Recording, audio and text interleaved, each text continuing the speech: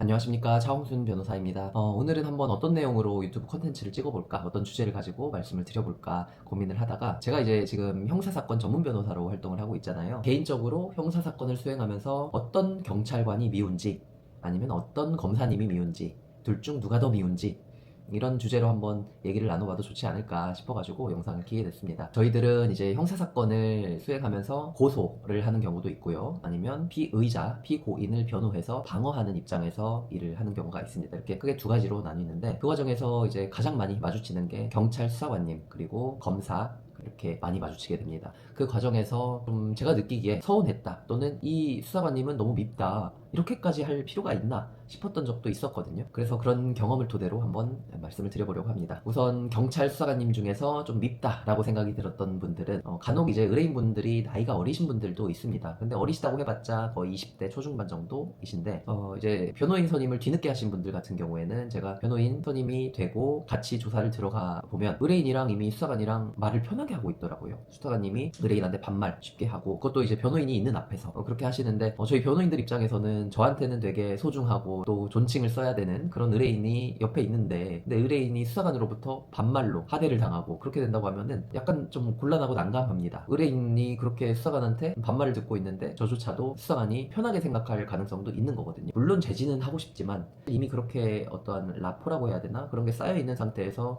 굳이 그런 부분까지 제지를 한다는 것이 과연 수사 진행에 있어서 의뢰인한테 유익할까를 항상 고민하게 됩니다. 그런 불필요한 고민은 사실 만들 필요가 없거든요. 그래서 저는 경찰 수사를 진행하면서는 수사관님들께서 의뢰인한테 좀 쉽게 반말을 하시는 분이 간혹 계시는데, 그런 상황 자체가 마냥 편하지만은 않다. 그래서 그런 수사관님은 밉다라고 제가 꼽을 수 있을 것 같습니다. 아무래도 근데 반말 사용 문제는 수사관님도 나름의 수사 방식일 수도 있어요. 저도 이해를 합니다. 왜냐면은 수사를 하면서 피조사자죠. 피조사자와 어떠한 라포를 형성하면서 보다 진실된 내용을 이끌어낼 수도 있으신 거고, 그렇기 때문에 수사 기법으로서는 저도 어느 정도 공감하는 측면도 있긴 하지만, 변호인 입장에서는 제 의뢰인이 수사관으로부터 반말을 듣거나 그런 것은 많이 거북하다 라는 것입니다. 두 번째로 이제 미운 검사. 미운 검사님은 저는 요새 들어서 수사를 많이 다니고 있습니다. 수사 입회를 많이 다니고, 최근 들어서는 근데 이제 검사님이 직접 의뢰인을 또다시 검찰청으로 불러서 조사를 하는 경우는 많이 줄었어요. 그렇지만은 항상 저는 검찰청을 들어갔다 나오면은 기분이 좋은 상태는 아닙니다. 수사가 잘 이루어진 것 같더라도요. 왜냐면은 검찰청에 일단은 변호인 입회를 가서 이제 의뢰인이 어떻게 진술하는지 즉시 메모를 해야 될 필요가 있습니다. 근데 요새 누가 그런 메모를 이렇게 펜으로 하는 경우가 그렇게 많을까요? 대부분은 태블릿 PC라든지 아니면은 노트북을 활용해가지고 타이핑을 해서 메모를 하죠. 그거를 제지하시는 분들이 계십니다. 경찰 수사관님들은 그렇게 하지 않습니다. 경찰 수사관님들은 타이핑이나 노트북 활용에 대해서 별도로 제지하지 않는데, 유독 검사님들이 그렇게 제지를 하시더라고요. 항상 눈치를 주시고. 근데 그거에 대해서 별다른 법적 근거가 있는지는 모르겠습니다. 저는 못 찾아봐서. 하지만 어떤 검사님은 내부 규정에 따라서 허용되지 않는다, 수사 상황이 그대로 노출될 수 있다, 이런 근거를 대시면서 노트북 등 활용을 금지시키곤 하시는데, 사실 그렇게 하실 거면은 필기는 왜 허용을 하시는지 모르겠습니다. 그리고 또 어떤 검찰청에서는 또 허용하는 곳도 있거든요.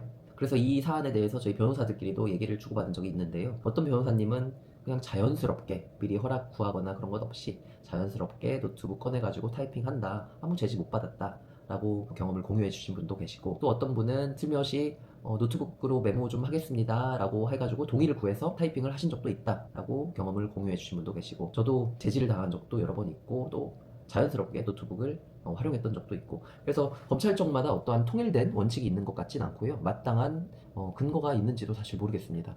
제가 뭔가 법적 지식이 부족해서인가 봅니다. 네, 저는 이렇게 어떤 수사관이 미운지, 어떤 검사가 미운지 두 가지를 꼽게 됐는데, 어떤 수사관님, 어떤 검사님이 좋은지 내지는 믿음직스러운지, 이것도 같이 말씀드려야 될 것 같은데요. 물론 경찰 수사관님들 중에서도 상당히 적극적으로 수사를 하시면서 변호인이 말하는 부분을 잘 경청해 주시고 관련 증거까지도 추가로 요청해 주시고, 또는 의뢰인의 주장에 같이 열과 성을 내면서 신경을 써주시는 분들이 계십니다. 최근에는 제가 디지털 성범죄 피해 사건을 고소 대리한 적이 있는데요. 근데 담당 수사관님이 너무 잘 챙겨주셔서, 이게 불법 촬영물 범죄였는데, 불법 촬영물 같은 경우에는 상대방이 처벌받는 것도 물론 중요하지만 피해자 입장에서는 유포되는지 마는지가 가장 중요한 문제일 것입니다. 그런데 수사관님이 그걸 잘 이해하시고 관련 기관과 연계해 주시고 또 상세히 안내해 주시면서 추가적인 유포를 적극적으로 신속하게 막아주시려고 하시는 그런 노력들이 보여서 너무나도 감사하다라고 제가 따로 말씀드린 적도 있었습니다.